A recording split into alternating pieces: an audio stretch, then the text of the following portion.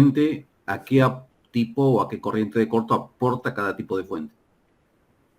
Perfecto. De ahí sale solo, en realidad lo que está aplicando Fabián sale de ahí. Es un buen machete ese como para tenerlo presente y acordarse de que en qué caso se considera la suma de las dos o no. Bien. Nosotros calculamos la corriente de cortocircuito de la rama de emergencia, considerando las distintas impedancias. Sí. Esto también cálculo de corto trifásico. Calculamos la corriente de efectiva térmica. Perdóneme, este tópico, Fabián, no sé si te acordás, ¿está aprobado? ¿Está pendiente? No, no estaba aprobado. Sí. Bien. Para monofásica no. Bien. Porque la impedancia homopolar era infinita. Bien. Exacto.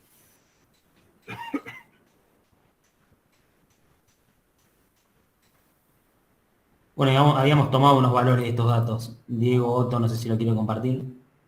Tal vez ahí se puede ver mejor. Esto más o menos ya estaba casi aprobado, pero faltaban agregar ¿Qué le faltaba? un par de elementos. ¿Cómo qué? Accesorios de las celdas, había algunas celdas, Ok. Un entre otras poquito más de cosas. detalle. Sí, tiene un poco más de detalle. Lo que es disposición de la celda se cambió un poco. Ahora igual lo voy a mostrar. Al final pusimos Bueno. celda de remonte. Originalmente la idea era poner directamente un seccionador general y directamente se optó por poner una celda de remonte seguida con un interruptor principal Sí. con su respectivo relé. Sí. Pusimos un CPAN 40, Uh-huh. celda de medición de la salida y después para cada transformador, incluyendo el transformador de backup, Sí. pusimos una celda de protección seccionador fusible con, bueno, su respectivo amperímetro fusible HH.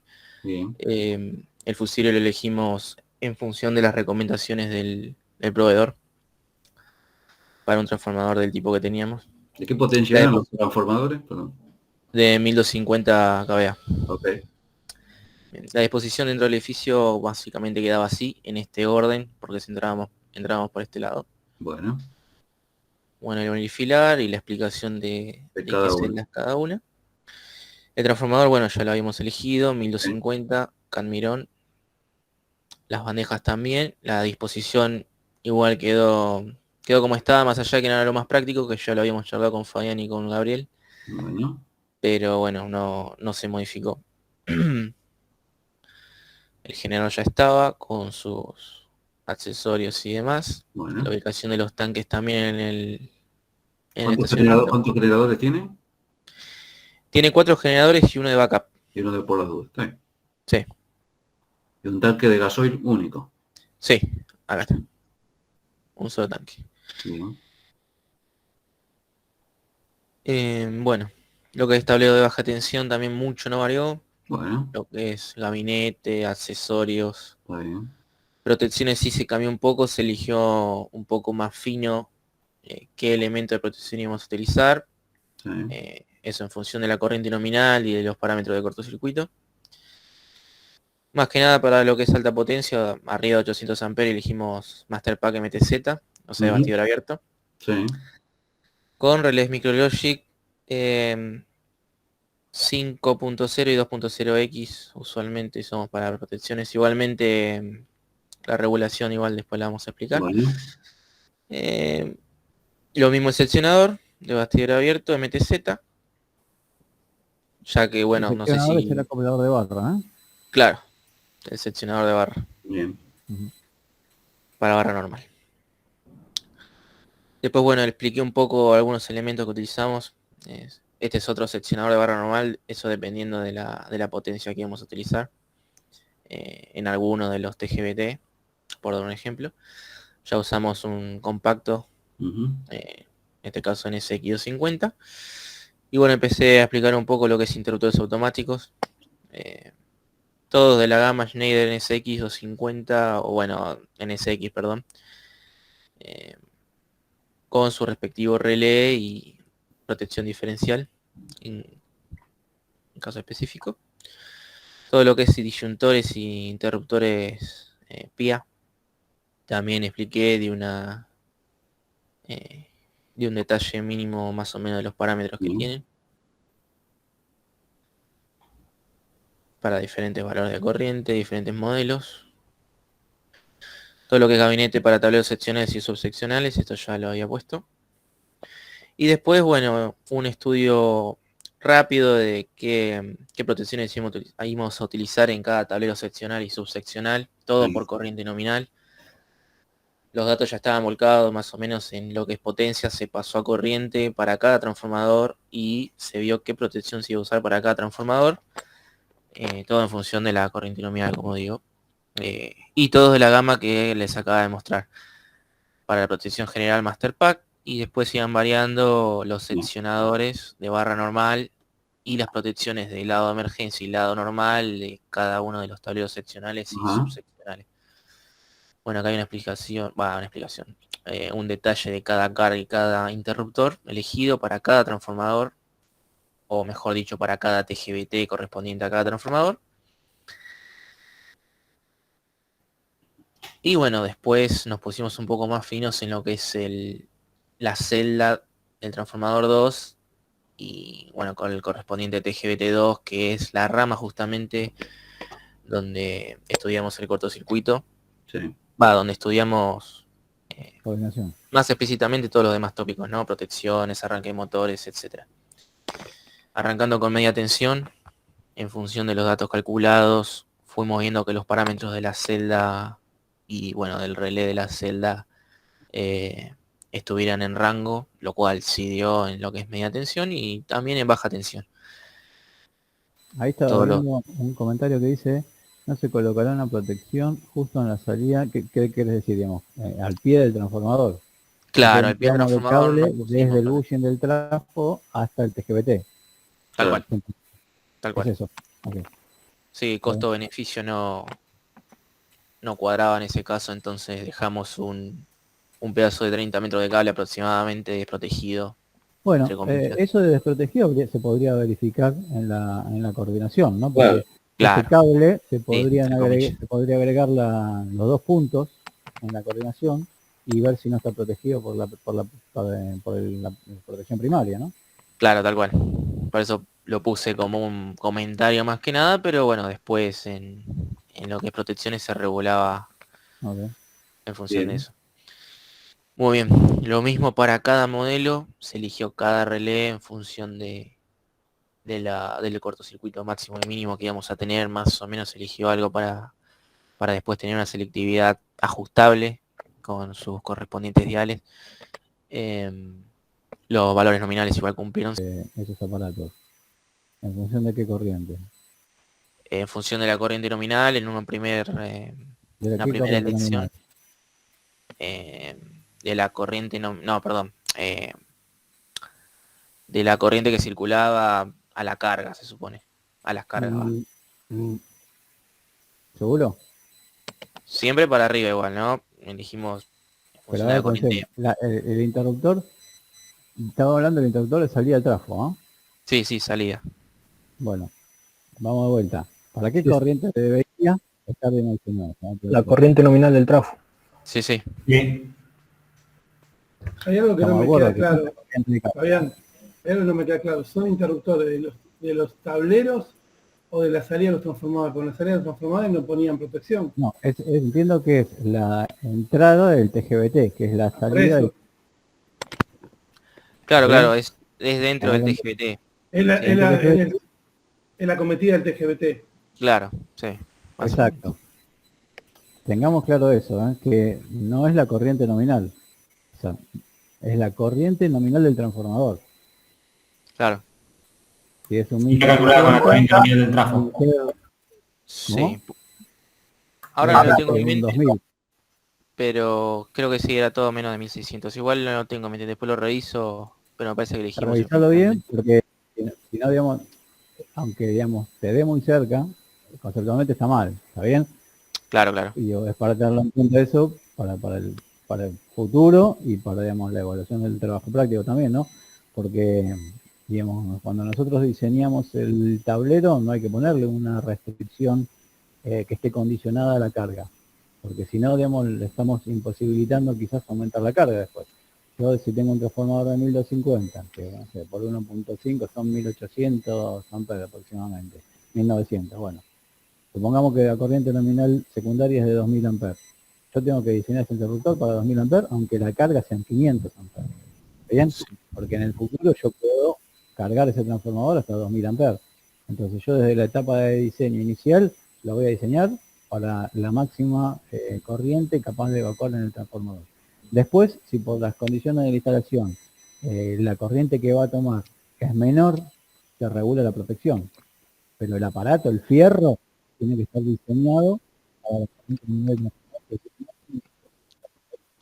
Sí. Está bien, tengamos claro eso, ¿no? No, sí, sí. Sí, vale la aclaración. Consulta, de la salida del secundario del transformador, ¿tiene un Sí. seccionador?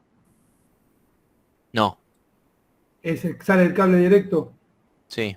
Si ¿Y el quiere cable le muestro. directo, ¿y el A cable ver. directo va a una barra o va...?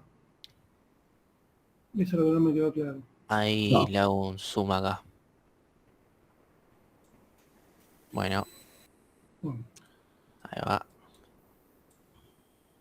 De la salida del transformador va por bandeja. Acomete en el perdón, en el TGBT y acomete acá. Acá está un poco más lindo. Acá está la acometida y entra al interruptor general, que es este. Que es el que estábamos hablando recién, ¿no? Claro.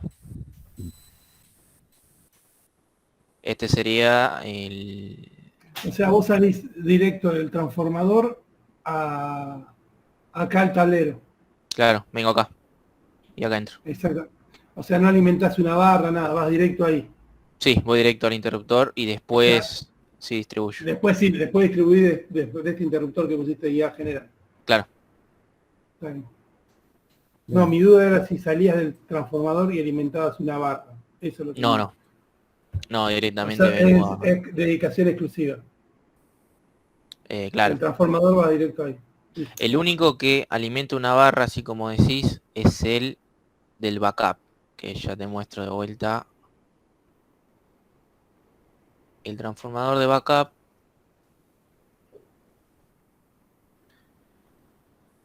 que es este último, viene acá y alimenta una barra. Es una barra que va a lo largo, que esta barra tiene salida para todos los interruptores correspondientes al interruptor de backup, vamos a decirle, que está en el plano que le acabo de mostrar el esquemático. ¿Y está hecho igual sin seccionador ni nada de la salida del transformador? Sin seccionador. ¿Podría poner un seccionador por las dudas? Dice.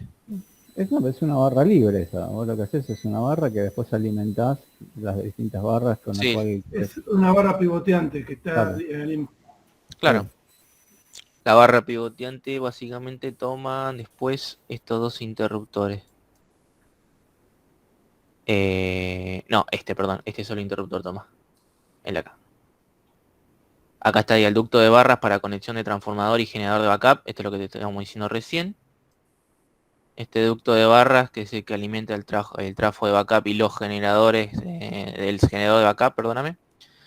Y tiene salida a el interruptor de backup, vamos a decirle.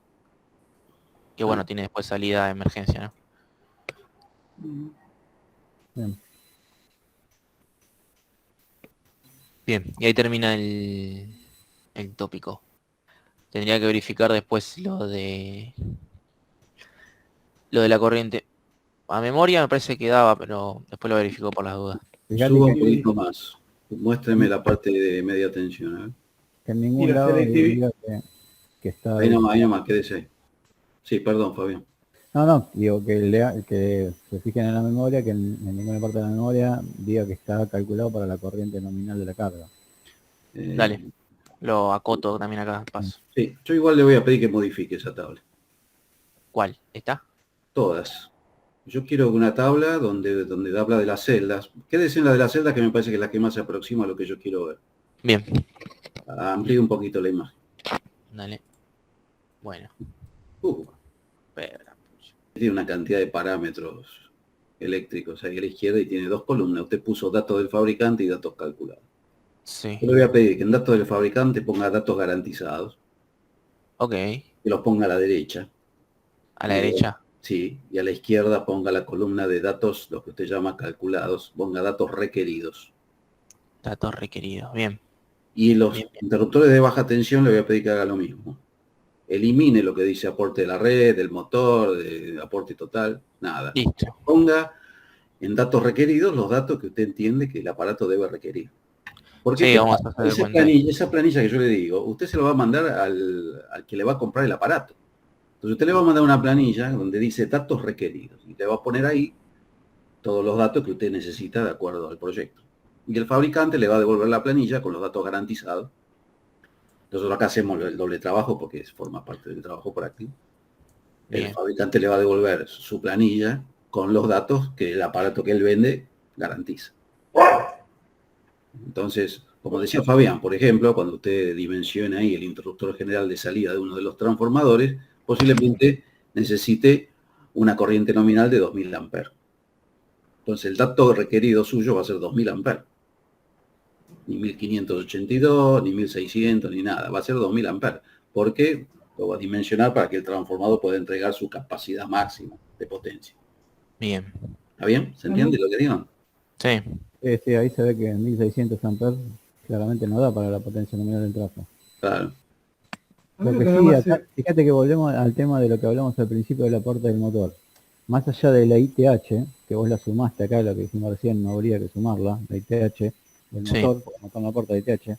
Creo que esto lo había, creo, no estoy seguro que lo hablamos, que hay que tener en cuenta el aporte del motor, para qué corrientes considerarla y para cuál no. En este caso, para el cálculo del interruptor principal, el aporte del motor no hay que sumarlo, porque no va a pasar por el interruptor. ¿Se acuerdan que habíamos hecho un gráfico en el que poníamos qué pasa si el cortocircuito es arriba del interruptor? Si es arriba del interruptor, por el interruptor mismo no va a pasar la corriente que viene de la red, pero sí va a pasar la corriente del motor que viene por debajo. Si el cortocircuito es desde el interruptor hacia abajo, o sea, en el borne de salida del interruptor, en el cable de salida, por ejemplo, que va desde el interruptor o la barra hacia la carga, hacia la distribución, bueno, ahí sí va a pasar la corriente de cortocircuito que viene de la red, pero no la del motor. O sea, en muy pocos casos se da que se superpone la corriente del aporte del motor con la corriente de la red y que hay que sumarlo. En este caso, en el interruptor general, no hay que sumarlo porque no pasa simultáneamente por el interruptor la que viene de la red y la que viene del motor. No pasan las dos juntas al mismo tiempo. Claro, si claro. El cortocircuito yo lo calculo arriba del interruptor, va a pasar solamente la del motor y no la de la red, porque la corriente de la red llega hasta la falla y no pasa por el interruptor. En cambio, si el cortocircuito lo considero en la salida del interruptor, supongamos en el borne de salida del interruptor, por el interruptor, ¿cuál va a pasar? Solamente la de la red y no la del motor, porque la del motor llega hasta la falla que está debajo del interruptor y vuelve hacia la fuente. Entonces no tengo que sumarla nunca. Sí, tiene sentido. ¿Entendió? Sí, sí. Es importante esto que está diciendo Fabio. Sí, es re importante. Es re importante porque... Y lo vimos, le tiempo esto. No, sí. Me acuerdo, y es más, creo que esto hasta lo habíamos pensado, o lo pensé cuando hicimos esto, pero sé que se me pasó por encima, lo de corto. Sí, acá está bien, después hay que arreglar. Sí. Sí, ese es un error muy grave, después lo arreglamos. Ok. ¿Listo? Muy bien, entonces datos garantizados, datos requeridos. Sí, le va a quedar algo más compacto y por ahí más claro, ¿no? A la barra y a los interruptores que estén protegidos. Sí, se tomó en cuenta. Porque vos pusiste ahí un costo de costo. Lo primero que tiene que ver en una instalación es la seguridad. Claro. El costo es secundario. Lo primero es la seguridad.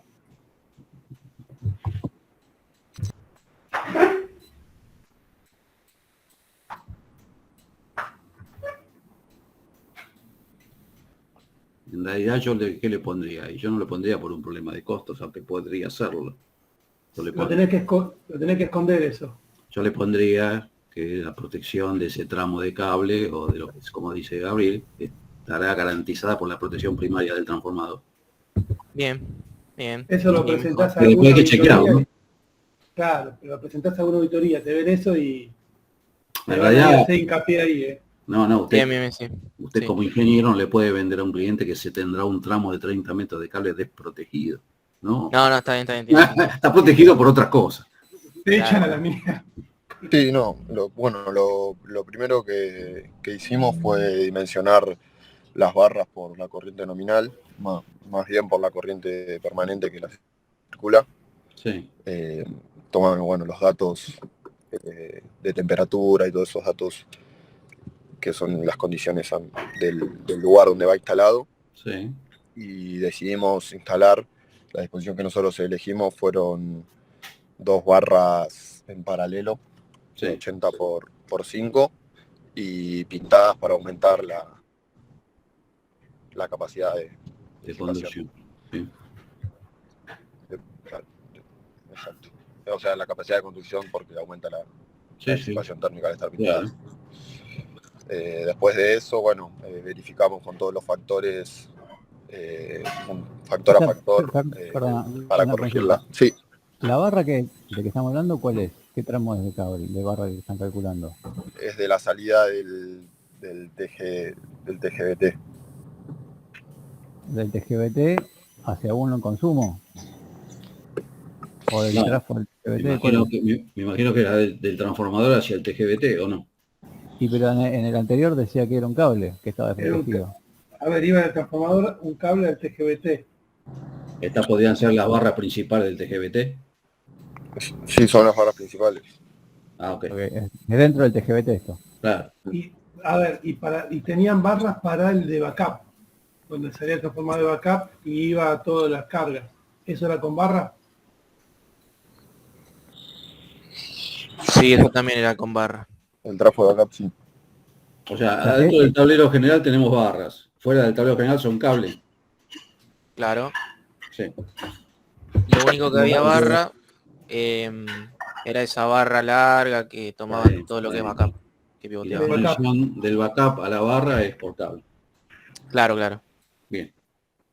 O sea que esta barra, ¿qué corriente nominal va a transportar?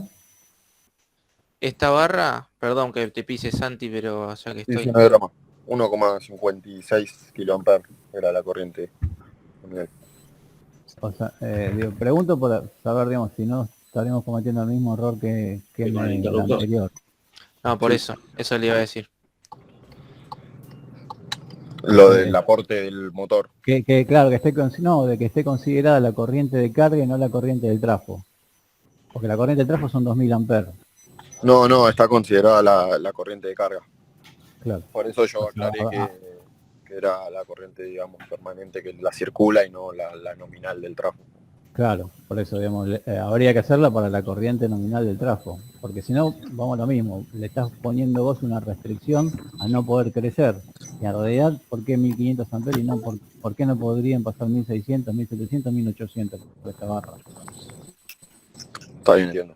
Ya está para la máxima carga que se puede para hacer, la máxima, para claro, porque si no vos ya le estás poniendo un límite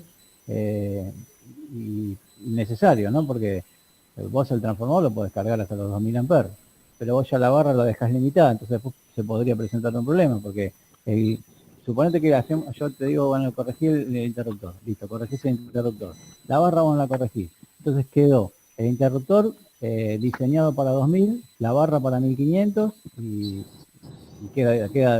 no queda machado, ¿no? Queda disociado las dos cosas. Entonces el criterio tiene que ser el mismo para todo. El interruptor de salida tiene que ser para la corriente nominal del transformador, la barra para la corriente nominal, que es la condición más exigente. Si después en la realidad no se da, bueno, le sobrará. Pero digamos, lo peor que puede pasar es que nos quedemos cortos con el cálculo. Que la calculamos para 1500, cuando en realidad podrían pasar 2000 sin problema por ahí. O deberían poder pasar 2000. ¿Está bien? Está bien, sí, profe, se entiende. Bien, bueno. Bueno, sigo más allá del valor de la corriente. Sí. Explicando Búsquelo para corregir y listo. Perfecto. Bueno, ahí la serie de factores que pueden afectar la guía admisible, una explicación de por qué tomamos cada valor y bueno, el cálculo en MADCAD de cada uno de esos. Ok. Después, bueno, más abajo, una vez que calculamos la barra y la elegimos, verificar los esfuerzos, tanto dinámicos como térmicos. Ahí había un gráfico de la disposición que adoptamos. Sí. Pero bueno, justo me ayudó el gráfico que había en la presentación porque adoptamos esa Derecho de autor, ¿eh? derecho de autor, sí. Igual está modificado, así que voy a por mi parte también. Bueno, ahí la verificación de esfuerzos dinámicos. Yo consideré el aporte del motor.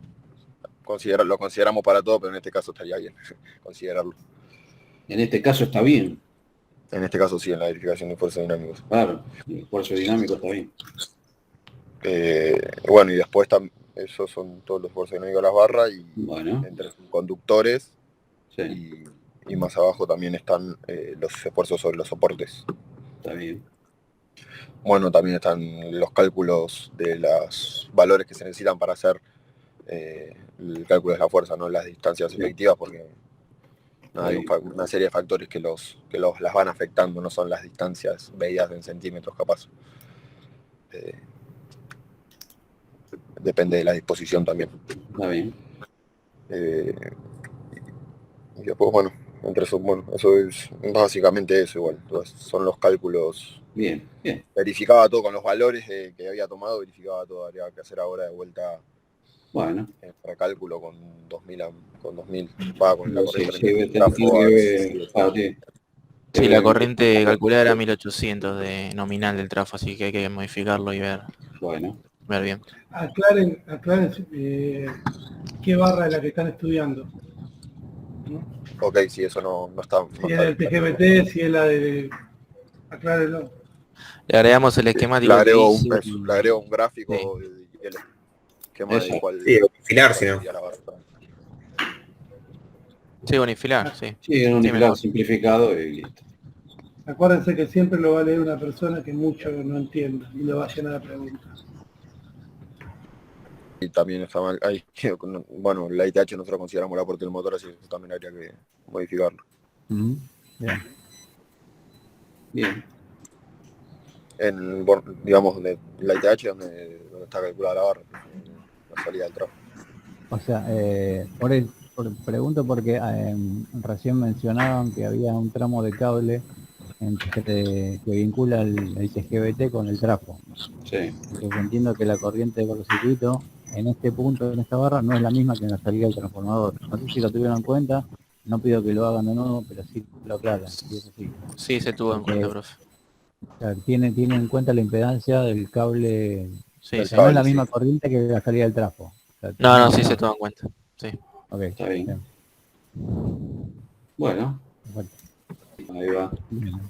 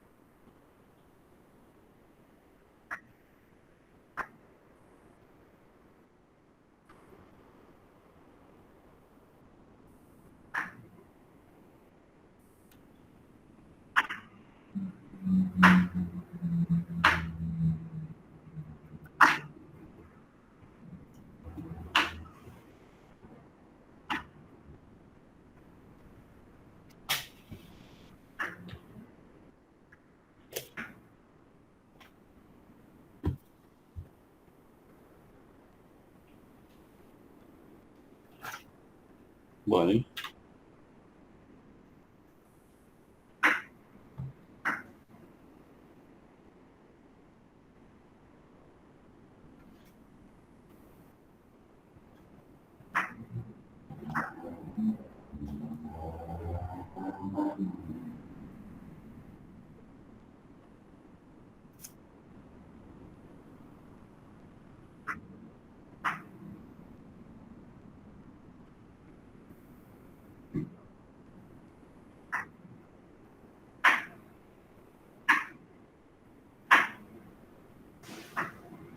¿Cuánto era inicialmente, antes de hacer la estrella?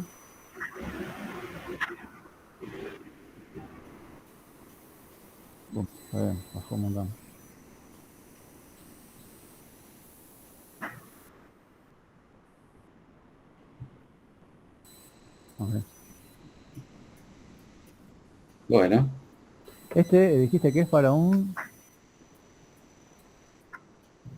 ¿Pero qué alimenta? ¿Qué carga alimenta? O sea, ahí, Daniel, yo no tengo experiencia con esto. Digamos, los compresores tienen algún problema, digamos, se arrancan con estrella triángulo. no, hay arranque de estrella triángulo de compresores. Entonces, Ah.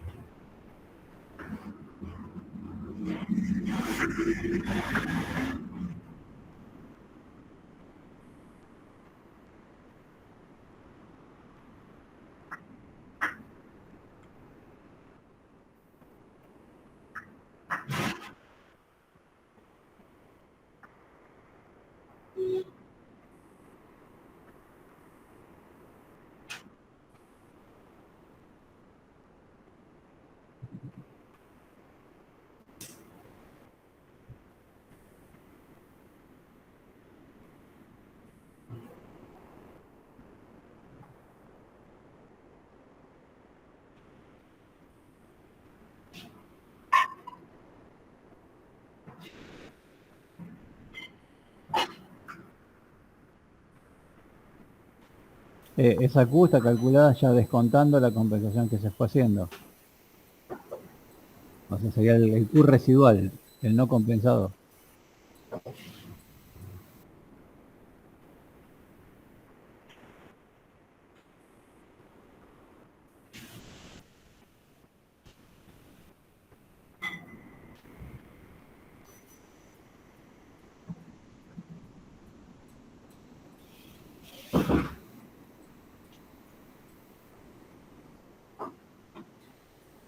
Esa potencia liberada, ¿cómo está calculada? O sea, entre cuál es la condición inicial y cuál es la condición final. A ver, ¿por qué pues, a ver, a dónde apunto? Sí, solamente está calculado con el efecto de la compensación centralizada o tiene en cuenta las compensaciones individuales, es decir, la suma de los dos efectos. Ah, porque el otro también está liberando potencia, ¿no?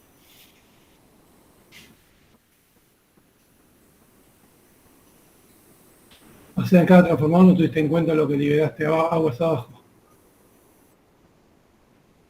Quizás se podía poner como un comentario, esto es por este efecto y total es simplemente sumar los Q y todo lo demás.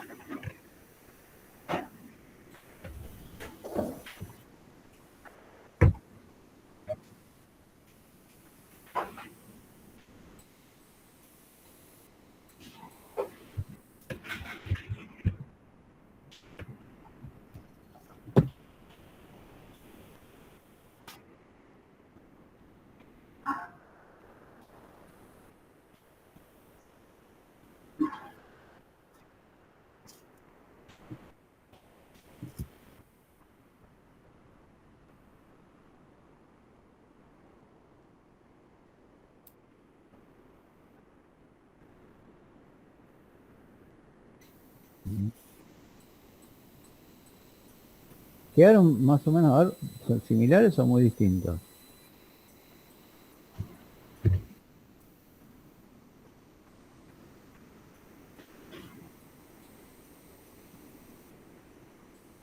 Esos son KVR, ¿no? O sea, ¿tenés una tablita de resumen? No.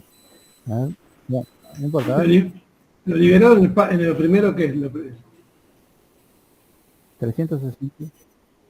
el paso cero. Exactamente. 31 kilovatios. ¿Para qué es eso? Ahí ya me perdí. ¿QT1 qué es? ¿Y QT2?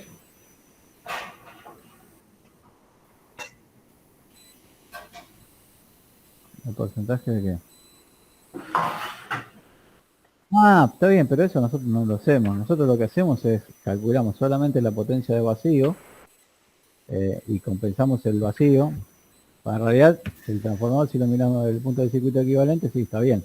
Tiene las reactancias, la reactancia secundaria, que esa es atravesada por la corriente de carga. Entonces, si no tiene carga, no hay efecto a compensar. Si tiene un 50% como pusiste vos, o si tiene un efecto al 100%.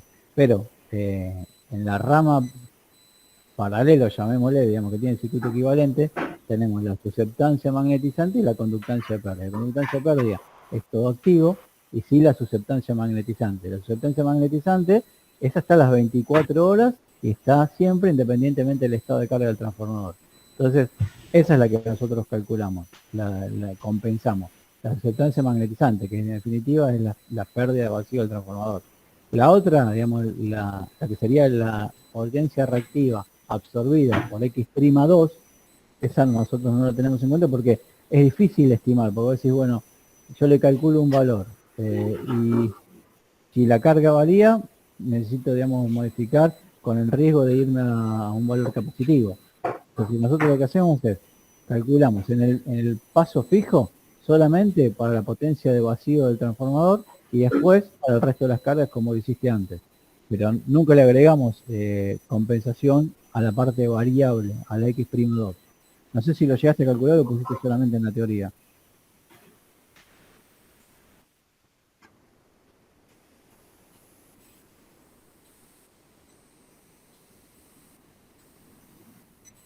No, la variable nosotros de hecho no la damos en la teoría tampoco, porque la variable, digamos, a ver, tiene este riesgo de que si el transformador estuviese alimentando una carga que es constante, que está a las 24 horas, bueno, vos lo podés decir, bueno, listo, lo calculo para el 70%. Pero acá, ¿para cuándo lo calculas? ¿Para el 50%? ¿Para el 80%? Y es difícil porque, digamos, durante el día va a tener una carga distinta que durante la noche el hospital. O sea, durante el día tiene una carga alta y durante la noche tiene una carga muy baja. Entonces, si vos sacás, porque en definitiva esta corriente, o sea, no la estás afectando el relevo barimétrico. El relevo barimétrico no está midiendo esa, que es una potencia que está absorbiendo el transformador. El relevo barimétrico está midiendo la carga.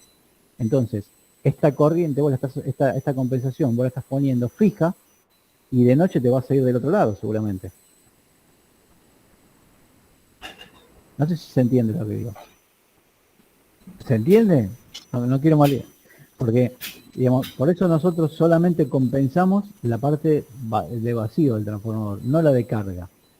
Porque la de carga tiene este riesgo de que no podemos controlarla. Entonces, esa parte, lamentablemente, por el tipo de funcionamiento que tiene el hospital o una fábrica, tiene riesgo de que te pases a capacitivo durante la noche, porque no tenemos cómo medirlo. Entonces, el variable no lo compensamos, solamente compensamos la potencia de vacío del transformador, que lo que digo es el BM, la susceptancia magnetizante, y las cargas, porque las cargas sí, o las compensas individualmente, como lo hiciste vos, o el remanente que no está compensado individualmente con un relevo barimétrico colocado en el secundario del transformador. Ese relevo barimétrico está midiendo la corriente de carga, entonces no tengo ningún riesgo, porque si de noche se pagan todas las cargas, el relevo va a levantar todos los capacitores y no tengo el riesgo de quedarme sobrecompensando.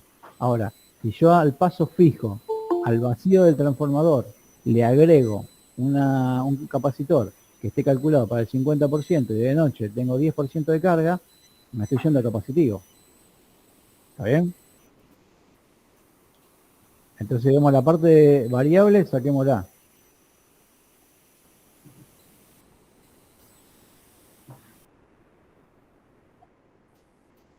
Dale. Bueno, ¿qué sigue? Nada más que no tuvimos en cuenta la parte de emergencia. Lo hice todo con la rama normal. Bueno. Bueno, interruptor, relé, seccionador, tenemos el transformador, el interruptor. Ese 50-51 que está bajo el fusible, ¿ese qué opera? Amplíe un poquito, por favor, el gráfico. Ahí está. Porque si ahí tengo un fusible. Este es el fusible, sí. ¿Y para qué está ese 50, 51, 50M? Sí, me quedó del... Pero cuando había un interruptor en algún momento ahí seguramente. ¿Cómo, profe? No entendí. Seguramente esa protección es de en algún momento en este original ahí había un interruptor.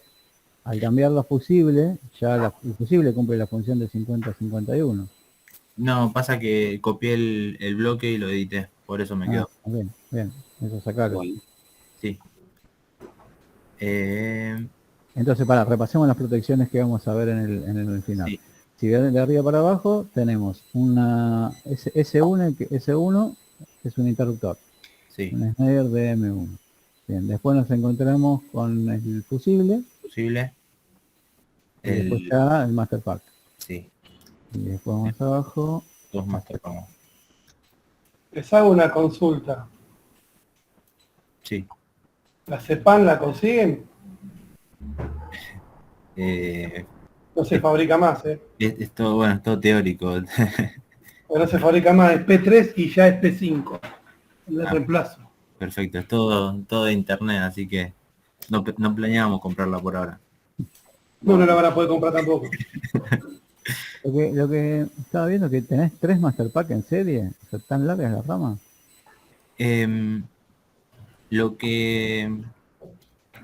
Esta sería la protección del motor.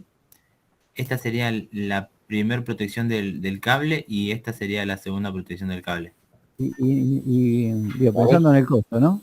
Porque la verdad que me suena mucho más. Vuelvo al motor, a ver, déjeme ver la última parte. Para agrandear un poquito. ¿De qué potencia? ¿Cuánto es el motor? 555. Sí, pero pasa que el tramo de cable es largo, entonces por eso decidimos protegerlo a la salida del TGBT y antes de que entre el motor. Y bueno, consulta. Sí. A ver, para el TGBT y el transformador, ustedes no le habían puesto nada.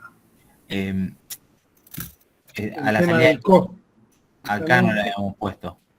Después cuando entra el TGBT, sí. Después cuando llega al seccional, al subseccional y después al motor. ¿Y no da para poner un compacto ahí? En vez de estos el dos último. Solo. Y para bajar un poco el costo, ¿no? Sí, porque poner 3 Micrologic suena mucho. O sea, es una inversión, no sé si más que el motor, pero está bien, el motor es grande. Sí. Pero me suena demasiada inversión en protección. Perfecto. En aparataje y protección. O sea, sacamos uno. Y yo sacaría uno por lo menos, dejaría el último al menos. Ok. Perfecto. Bueno, sí. Yo porque... No te va a cambiar la coordinación, no cambia la curva, pero... Sí, habíamos acordado que íbamos a proteger el tramo de cable. Como era tan largo, lo íbamos a proteger al principio y al final. Y bueno, después quedó eso. No, está bien, yo no digo no protegerlo, pero sí. Con un aparato más barato. Perfecto. Está bien. Bueno, acá están los datos todo del motor, relación de arranque, coseno phi, potencia. Y bueno, elegimos los parámetros de base del transformador, parámetros de alta y baja, impedancia, también que todo lo sacamos de corto. La relación de los TI, de 400 del lado de alta y de 200 del lado de baja. Bueno, por lo que es la curva del motor, fuimos tirando los tiempos que nos dice la norma. De 200, ¿qué corriente nominal tenés en profe? Porque 200 no te quedas corto. No estoy... 2000 amperes. No estaría encontrando el valor que me dice. El del TI, que vos dijiste ahí 200 barra 1. ¿Para el lado de baja? Y porque la corriente del motor, ¿eso del motor? ¿O dónde está? Sí, sería del motor esta. El motor es de 500, debe ser como 700 amperes, ¿no? corriente Ahí nominal del mirá, motor 907. 907. Te quedas corto con eso. Quedaría... No sé en dónde interviene esa relación, si lo usás para algo. la uso para graficar. Ok, porque ahí te tendrías 4 amperes en el TI, te estás pasando de rango. Ah, ok. ¿Eso qué quiere decir? Que cuando tenés 200 amperes, vas a tener 1 amper en el secundario del TI. Sí. Si vos tenés 900, tenés 4,5 veces más. Tendrías casi 5 amperes. Ah, ok. Habría que poner unos 5 amperes. Está bien, perfecto. Tendrías que poner uno que sea 1000. Perfecto, está bien. Genial. Bueno, tiramos la curva. Porque normalmente las protecciones son, vos esto lo vas a conectar a una protección y la protección está esperando ver a fondo de escala 1 amper, por ejemplo. Ah, claro, perfecto. Yo Vos así le vas a mandar 5 amper, lo reventás. claro, pensé que tenía un rango de trabajo más Claro, amplio. no, vos ahí le tenés que buscar un TI que la corriente, la relación sea la misma corriente. Ah, ok, perfecto. En realidad se va a saturar el trafo, no vas a dañar la protección. Claro, está bien. Pero no vas a medir bien. Ah, listo, perfecto. Bueno, la corriente de Inrush, 12 veces la nominal, me da 8700 amper. Bueno, después tiramos los tiempos y vamos calculando, depende de los valores de la norma. Y, lo paso a valor por unidad a todo, y yo hago todo valor por unidad. Si querés vamos a ver directamente el gráfico. Ah, bueno.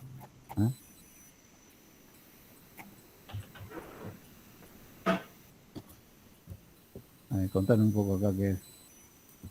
Acá.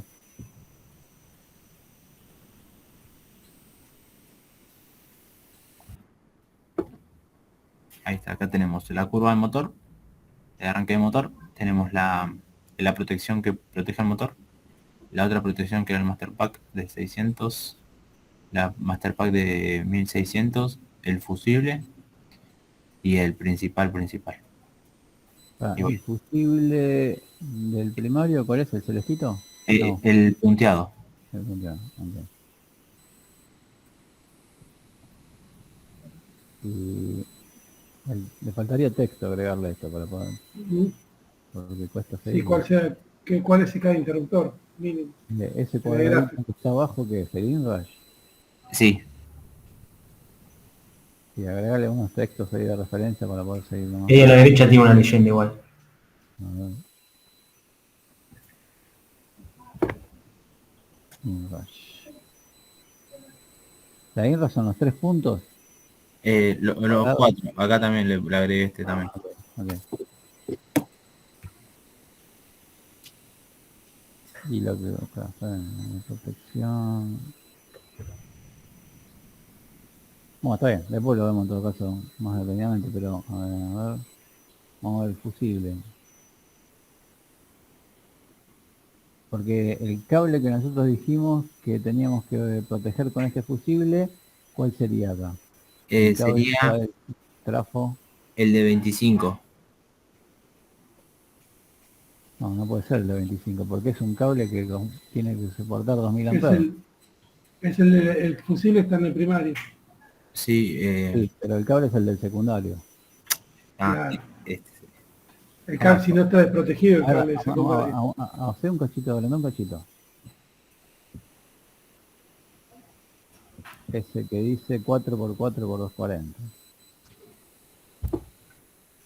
El CBT TR2. Ese es el que tendríamos que asegurarnos que esté protegido por el fusible. Claro. ¿Está dibujado ese? Sí, el cable sí. Ver, ahí está. El lila. Bien, perfecto. Bien, el fusible es el punteado, correcto. Okay, o sea que ahí, ya con eso podemos eliminar ese texto que es feo, que decía que no estaba protegido, diciendo que está protegido por el fusible, como decía Gabriel y Daniel, ¿no? Perfecto. Porque ese cable está garantizado la protección. Genial. Bien, el verde es el 3x25, que es el del motor. El de 3x25 es el lado de alta del trafo. El principal. Ah, Este. ok. ¿Y el del motor? El del motor sería el de 150, que es este. Excelente. El grisecito. Ok. Y ese que lo está protegiendo. Y ese hay dos que lo protegen. Claro, este R4 y R3. y R3. Sí, Está ahí R3. sí.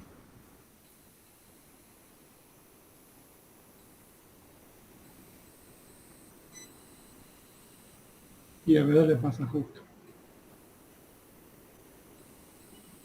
Las corrientes de cortocircuito no las veo acá, ¿no? No están puestos. La corriente de corto del motor es esta. Claro, habría que dibujar la corriente, esa no es, no puede ser la corriente de corto del motor. ¿Cómo? La corriente de corto del motor tendría que coincidir con la corriente de arranque. O esa es la corriente de corto en el punto del motor. Está bien, es la calculada. Claro, sí. Está bien. Es la corriente de corto. ¿Tiene sumado el aporte del motor o sin sumar el aporte del motor? ¿Te acordás? ¿Tenés motor? La corriente de corto tiene... No tiene el aporte de la red. Okay. Es la corriente que aporta la red al punto del cortocircuito, al borne del motor, digamos. Exacto. Si tengo un cortocircuito en borne del motor, lo que viene de la red. Exacto.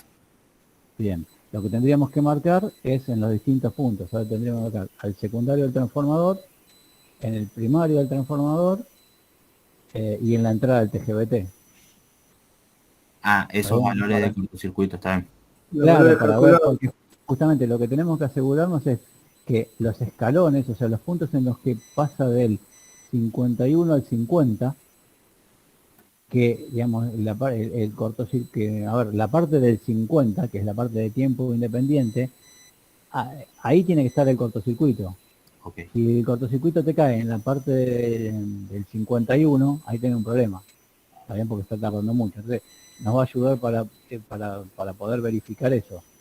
Entonces, agregate la corriente de cortocircuito primaria, la corriente de cortocircuito secundaria, o sea, en el borne de salida del transformador, sí. Y la corriente de cortocircuito en la entrada del TGBT, después de esos, no me acuerdo cuántos metros de cable. Perfecto. Listo. Y ahí con eso nos aseguramos que todos esos cortocircuitos estén en la parte de tiempo independiente. Listo, perfecto. Sí, agregue también las corrientes nominales. Bueno. Listo. Del transformador y del motor. El transformador, sí. Listo. Sí, del transformador. Bueno, el motor ahí sería continuar sí. La línea es hacia abajo y indicar que esa es la corriente nominal. Claro. También indicar que esa línea a la otra es la corriente de arranque. O sea, ponerle un poquito más de texto acá quizás. Dale. Un poquito más sobre el gráfico, sobre el eje de las X, digamos. Claro. Haga rayas verticales y vaya marcando la distinta corriente. Ok, perfecto. Capaz que con el texto pensé que se iba a superponer un poco los gráficos, por eso no lo haría. Sí, pero a mí me parece que ayuda un poco, poner unas flechitas de último, como pero ayuda, digamos, como para poder visualizarlo más fácil. Listo. Y a ver, los dos triangulitos esos, que el límite térmico. Sí. ¿Dónde dice eso? Ahí está, el límite térmico.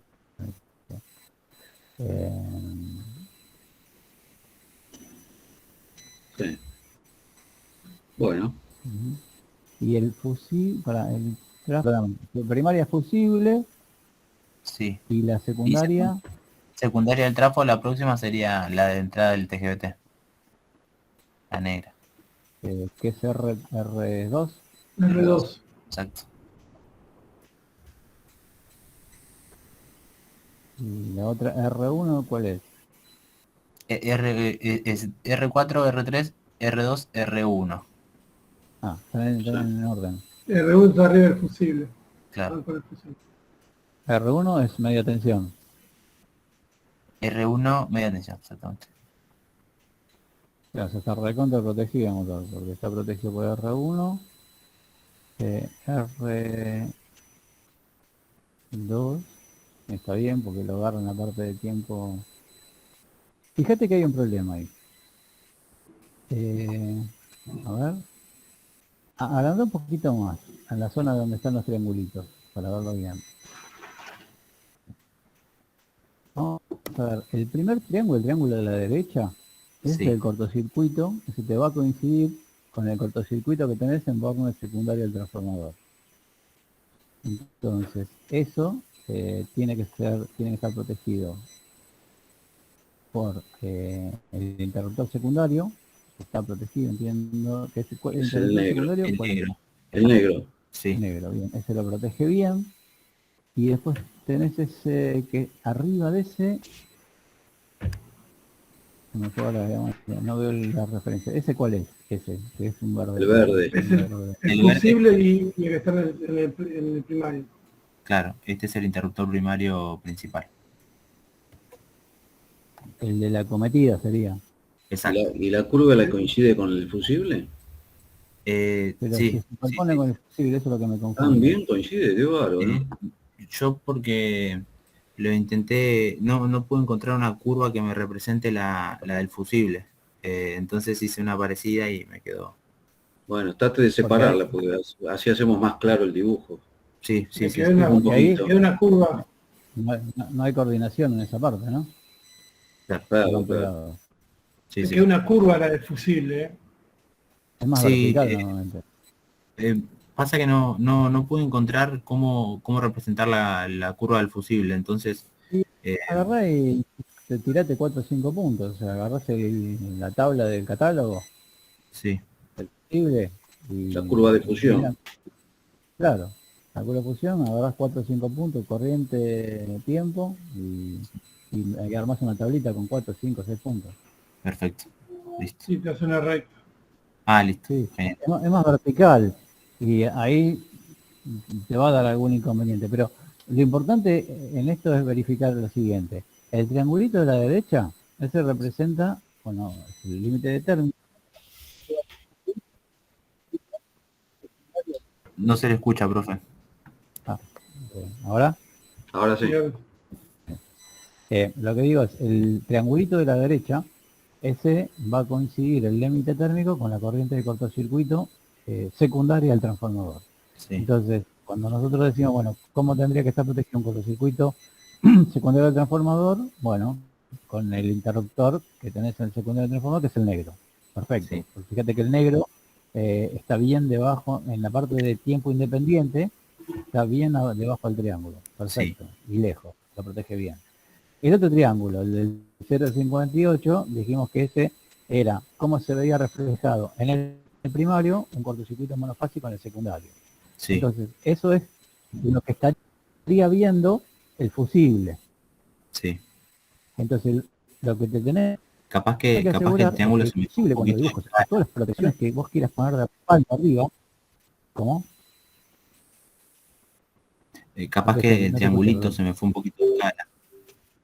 Lo sí, hice muy hacerlo grande. un poco más chiquito para tener más precisión, pero vos lo que te tenés que asegurar es que todas las protecciones primarias vean en la parte del tiempo independiente ese triángulo.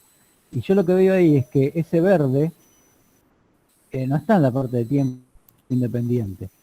Si yo tiro una vertical del triángulo, sí, está chocando con el 51, no con el 50. Es como que ese escalón lo tendría que correr hacia la izquierda. Exacto. Está bien. Sí, sí, sí.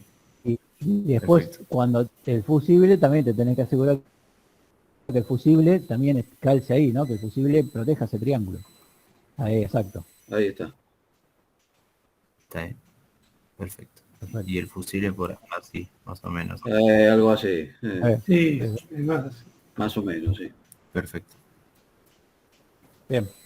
Está bien. Bueno. Genial. Bueno, lo demás está bien. Ok. Bueno, métale con lo que falta, si no el otro grupo ya debe estar durmiendo. Sí, sí, sí. Chicos, los dejo a ustedes. ¿Qué nos quedaría ver de acá? Puesta a tierra y luminotecnia. Exactamente. Ahora vamos con puesta a tierra. Bueno, es un tópico bastante corto. Acá se dimensionó. Primero se dimensionó la red de mallas. Utilizamos una red de malla con jabalina, con electrodos, ¿no?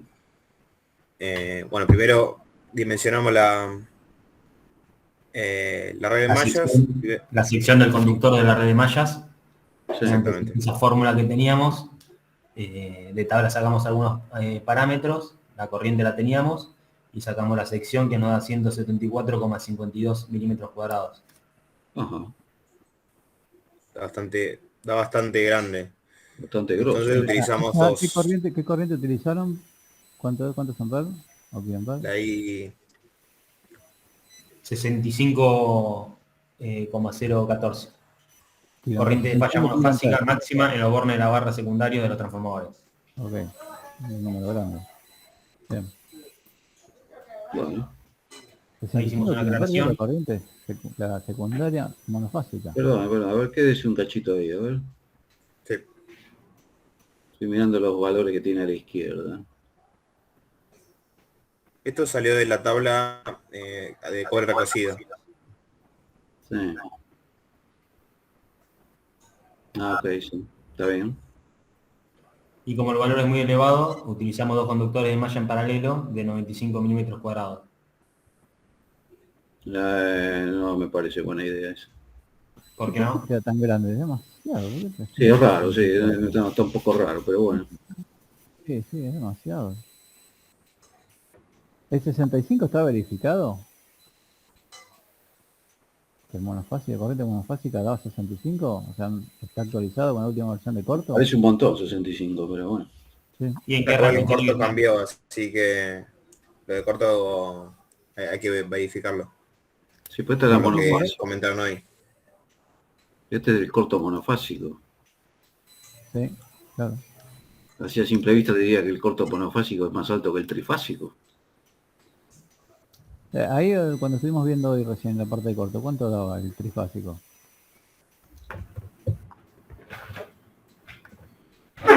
¿Cuánto va el trifásico? Sí. ¿De qué parte? El borde secundario del transformador. El trifásico, Sí. 35,83. ¿Cuánto? ¿95? 35. ¿Cómo vos sabés? El 35 es el... ¿Y el monofásico? Y el monofásico 26. ¿Y entonces? Ah, claro. Bueno, ahora sí. Tenemos, sí. Está mal. 3 veces Sí, menos, claro. Corrija y resuelva. El método Exacto. me imagino que está bien. Sí. Bueno, entonces capaz que da Y le va a dar menos. cada uno de 120, podemos meter. O 95 o 70. Pero en general está entre 95 y 70. Perfecto. Sí, Ya. sí. Sí, no, eso no da raro que de tan grande. Pero Sí, bueno, es raro, Sí, sí. sí. Bueno, cuando le dan estos valores así medio raros, ustedes tienen que sospechar que hay algo que no cierra.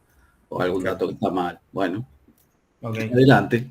bueno, eso corregimos. Bien. Y bueno, después calculamos la resistencia de la jabalina, Sí. aplicando esta fórmula.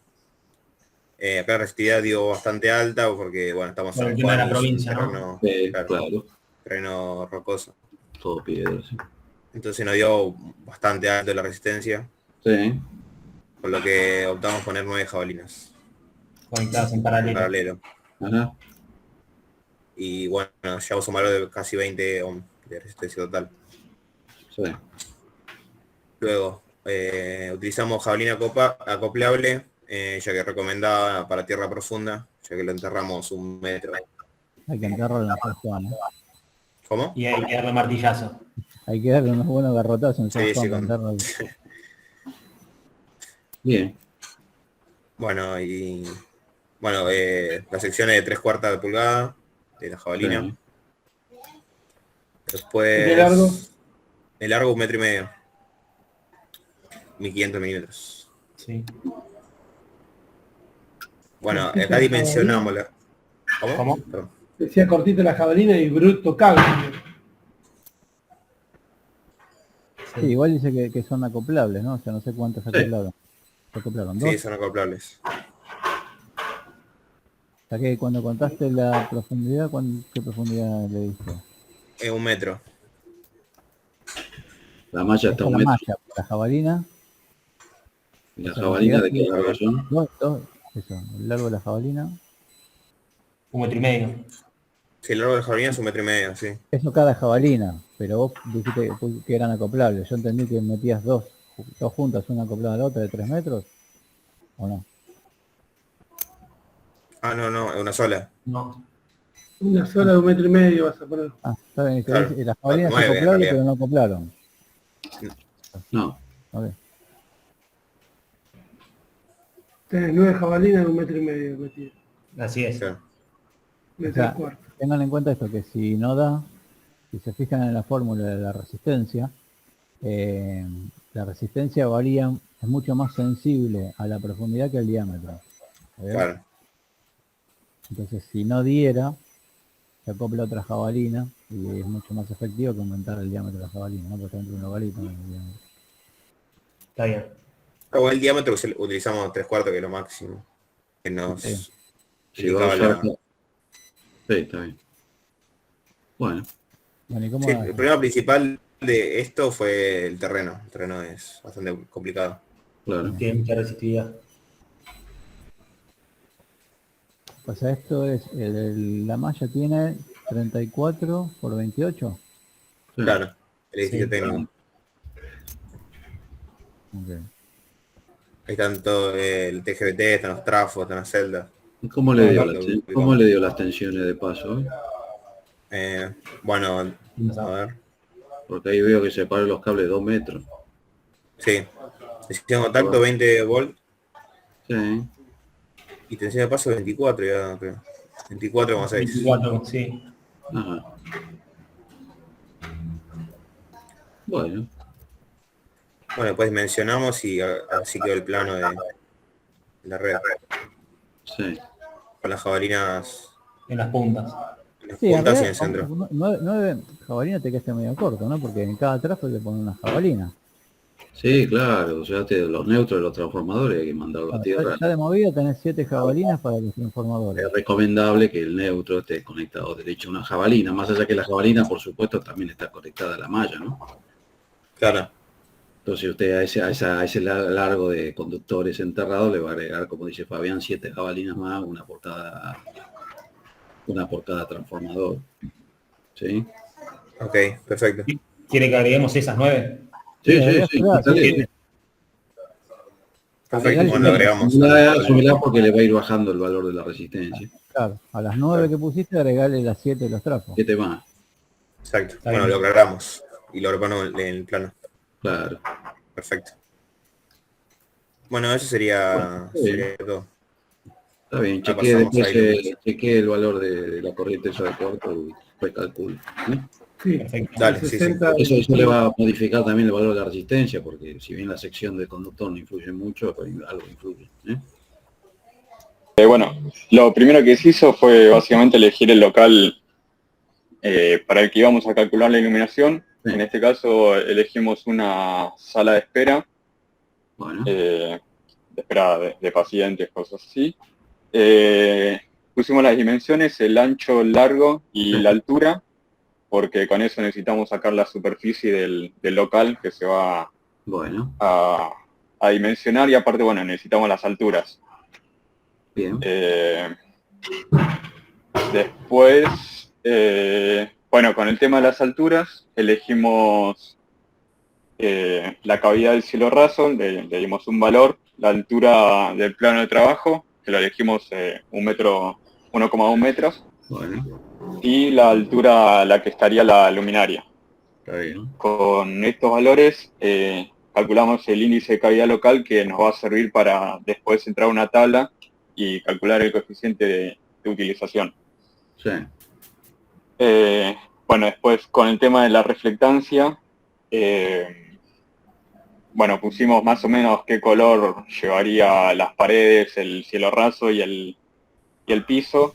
Bueno, Que también, bueno, lo vamos a usar para la tabla que mencioné anteriormente.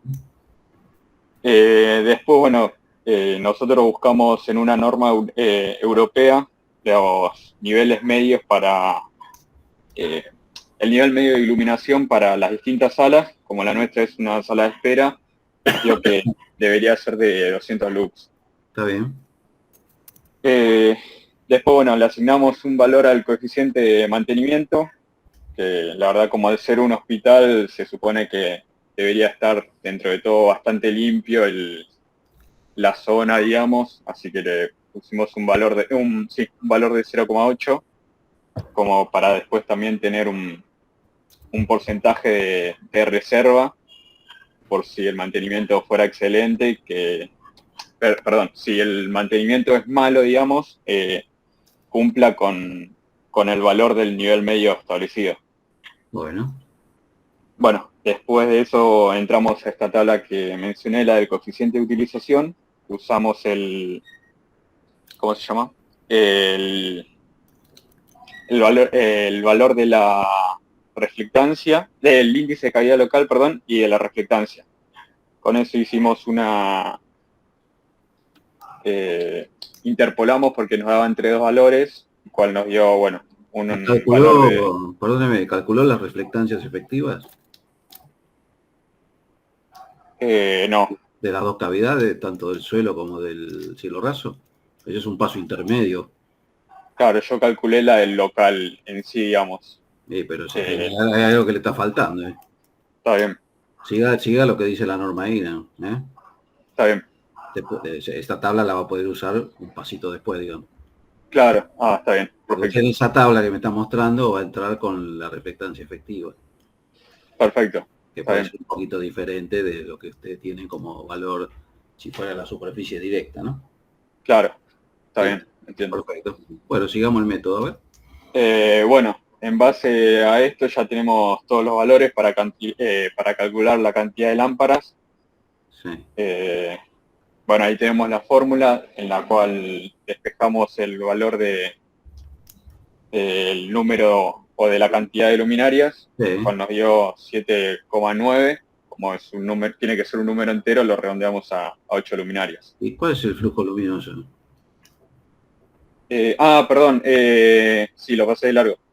Ahí faltó igual agregar, ahora que me doy cuenta, la captura de la hoja de la luminaria que elegimos, que es de 3400 lúmenes. Sí. Sí, eso me faltó ahora que me doy cuenta. Que claro, nos da... Ahí al principio. Claro, yo lo había puesto al principio, pero faltó la captura. Tenemos, igual ya está elegido, por eso está el valor ese de 3400. Después, bueno, aplicamos lo que es el método punto por punto para poder calcular a ver si se cumple las leyes y ver también calcular la luminancia en ciertos puntos del espacio. Nosotros, como estamos en un plano horizontal, elegimos hacerlo mediante ese método, digamos. Después, bueno, hicimos la distribución al darnos 8 lámparas. Ahí dibujamos en el plano más o menos cómo irían puestos. El punto A estaría lo que sería en la esquina izquierda superior, y el punto B lo elegimos justo en el medio del local. Eso lo fuimos calculando en un Excel, que falta terminar unas cositas. ¿Cuánto mide perdóneme, ¿cuánto mide la sala? 19 metros, 20 metros casi. Sí, 20 metros de largo y 6 de ancho. 6 de ancho. 6,15. ¿Las luminarias son suspendidas o están en el mismo techo? Empotradas. Están empotradas en el cielo raso. No, si están empotradas no están. Pero a ver, vuelvo al dibujo que usted hizo al principio. Al principio, por eso te pregunto. El azulcito. El primero. Claro. Sí. Claro. Vos ahí está considerando que está suspendida. Claro, está bien. Claro, yo tendría que haber calculado la del cielo raso entonces. Claro. Está bien. Claro, tengo que cambiar eso.